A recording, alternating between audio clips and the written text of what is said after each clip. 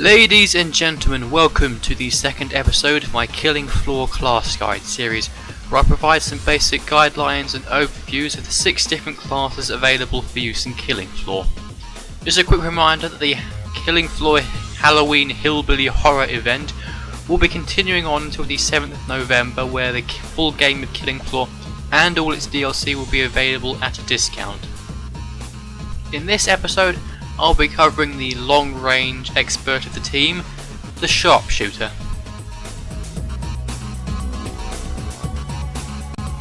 As you would expect, the Sharpshooter gains several bonuses regarding long-range hard-hitting weapons, but also gains bonuses for pistols, including the pistol that you start with upon spawning. On-perk weapon bonuses include increasing your headshot damage, reducing your recoil, speeding up your reloads, and also giving slight fire rate bonuses for the lever-action rifle, crossbow and sniper rifle. You also gain some significant discounts upon levelling up the perks for these on-perk weapons. You also gain a universal bonus to your headshot damage, which also stacks with the headshot damage bonus of your on-perk weapons. And upon reaching level 5 you spawn with a lever-action rifle, and at level 6 you spawn with a crossbow. On-perk weapons for the Sharpshooter include the 4 pistols available as sidearms and 4 longer range weapons as main weapons. In the pistols category there's the 9mm pistol, which all classes start with upon spawning, the MK23, the 44 Magnum revolver and the hand cannon heavy pistol. In the rifle category there's the lever action rifle, the crossbow, the M14 EBR semi-automatic rifle and the M99 AMR heavy sniper rifle. The Sharpshooter's main focus is accuracy, and as you'd expect, the requirements to level this perk up reflect that. You need to get headshots with the on-perk weapons to level up this perk, from 30 to reach level 1, to over 8,000 to reach level 6.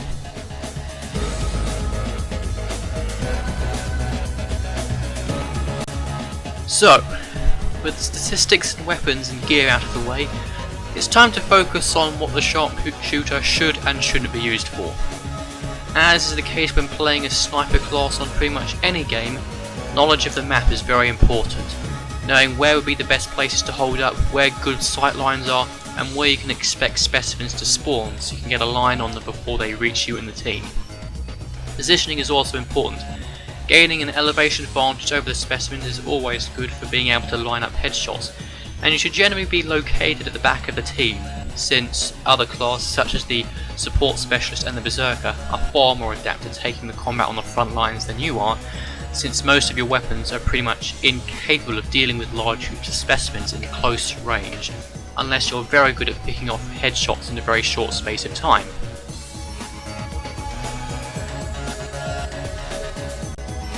While being able to take out clots, crawlers, stalkers and gore-fasts in quick succession is always a good trait to have, your main targets should be husks, sirens, skrakes and flesh pounds. Husks generally stay at long range, sniping the teammates from behind the rest of the specimens, so you're one of the classes best suited to taking them out. Sirens can be very lethal in close quarters given how their screams can damage your health past body armour, which means that classes such as berserkers and support specialists will be looking for you to take out the sirens before they can get close to the scream. And you carry some of the hardest hitting weapons in the game. A single clean headshot from a crossbow will be able to stun or even kill a skrake on beginner to normal difficulty, especially when you're higher levels.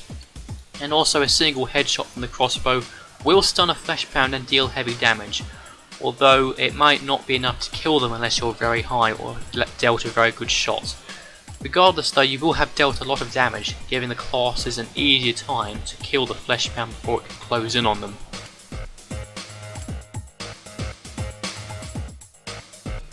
One thing to remember is that for a slightly higher cost, every pistol in the game can be dual wielded.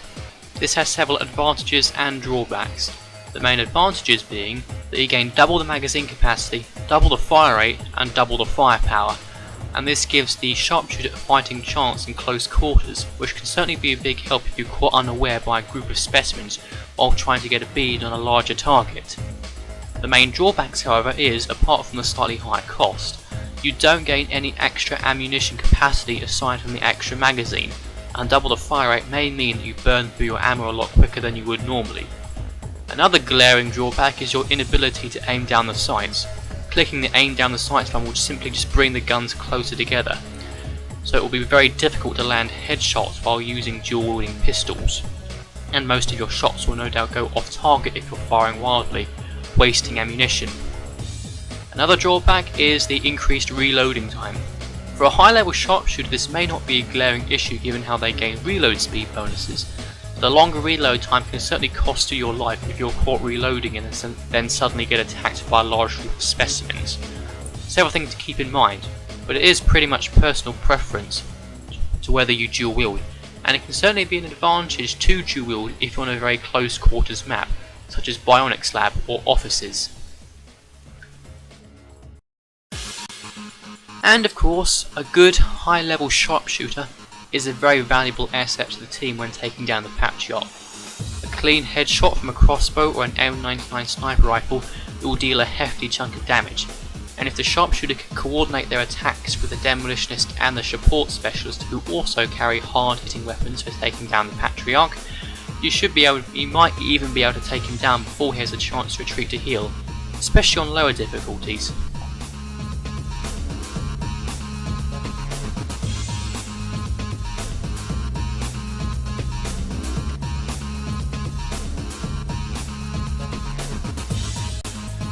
So, what makes the support class good? Well, its versatility for one thing. For example, carrying the hand cannon and the crossbow as your main weapons allows you to take on both large specimens with the crossbow and the other smaller specimens with the hand cannon, which is powerful enough to take down even gore-fasts with a good headshot or two. And of course, if you want to double your close quarters firepower, especially when playing on close quarters maps, you can dual wield your pistols to essentially double your DPS. Although you end up sacrificing your accuracy and your reload speed, the extra damage may well be worth it given how you're essentially not the best class for close quarters. Also, once you sufficiently level up the sharpshooter, it can actually be quite a cheap class to manage. Your discounts allow you to buy powerful weapons with a lot less money than you would have to normally, and of course at level 5 and 6 you spawn with a lever action rifle and a crossbow respectively. Even if you don't plan to use those weapons, you can still sell them for a good amount of money and therefore buy different gear. And of course, there's their ability to deal massive amounts of damage in a short space of time. Being able to one-shot kill Scrakes and heavily damaged flesh pounds with one headshot from a crossbow makes them invaluable to the team when dealing with these specimens, especially since other classes such as the Berserker and the support specialist have to get much closer, and the demolitionist who also has to be somewhat close to ensure their grenades hit the target correctly. But of course, as with any perk, the sharpshooter has its weaknesses. The sharpshooter is adept at dealing death at long to medium range, but suffers at a close range, especially if they're caught off guard by a group of specimens. A problem that is amplified by the fact that every on-perk sharpshooter weapon is either semi-automatic or single shot, requiring a reload after every shot, hampering their ability to quickly deal with several threats at a close range. Carrying dual pistols can alleviate this problem somewhat, but they still have the disadvantage of increased ammo consumption, low accuracy, and of course costing and weighing more. As a sharpshooter, you'll no doubt be spending a lot of time looking down your sights or your scope, lining up those headshots, and due to this lack of peripheral vision, you'll be a prime target for stalkers and crawlers and all small specimens who can quickly flank you and take out a large chunk of your armour and your health before you realise what's happening. Therefore, sharpshooters make good partners with commandos, as commandos can see these threats incoming and deal with them quickly, giving sharpshooters a clear shot for the largest specimens. A firebug is also a good partner, although their inability to see cloaked stalkers from a distance and also hidden specimens might mean they're a bit less ideal. And of course, the sharpshooter's vulnerability in close quarters is amplified even more when dealing with their favourite targets, Scrakes and Flesh Pounds, and also Sirens. They can reliably headshot these specimens from afar, but as soon as they get close, it's going to be very difficult to line up a good headshot if the Scrake or Fleshpound is currently enraged and charging directly at you or a teammate. This problem also goes for the Patriarch, as the Sharpshooter has no means of seeing past his cloak without the aid of a commando or the flames from a Firebug's fire weapon. The Sharpshooter is one of the most powerful classes to have during a Patriarch round, but this power quickly becomes a vulnerability if the Patriarch suddenly comes out of cloak right next to a Sharpshooter and starts bashing his face in, where the Sharpshooter suddenly has very little means to defend themselves. And of course the Sharpshooter's main focus, and rightfully so, is on headshots, and if you can't land these headshots then your weapons will only be doing a fraction of their maximum damage, as all of the Sharpshooter's damage bonuses are focused on headshots. If you can only land body shots, you're going to be burning through your ammo very quickly without getting many reliable kills with which to restock your money supplies to buy more ammunition. So therefore, if you have a Sharpshooter on your team, the best way to help them would be to ensure that they always have a clear shot, and to do that you must avoid getting in their way when they're taking aim, clear out the small specimens so they can't disturb the Sharpshooter, and if you happen to be a Firebug or a Demolitionist, try to avoid using your weapons around the Sharpshooter too much, as the smoke and fire can obscure their aim. Also, don't shoot at Scrakes or Fleshpounds that the Sharpshooter is taking aim at.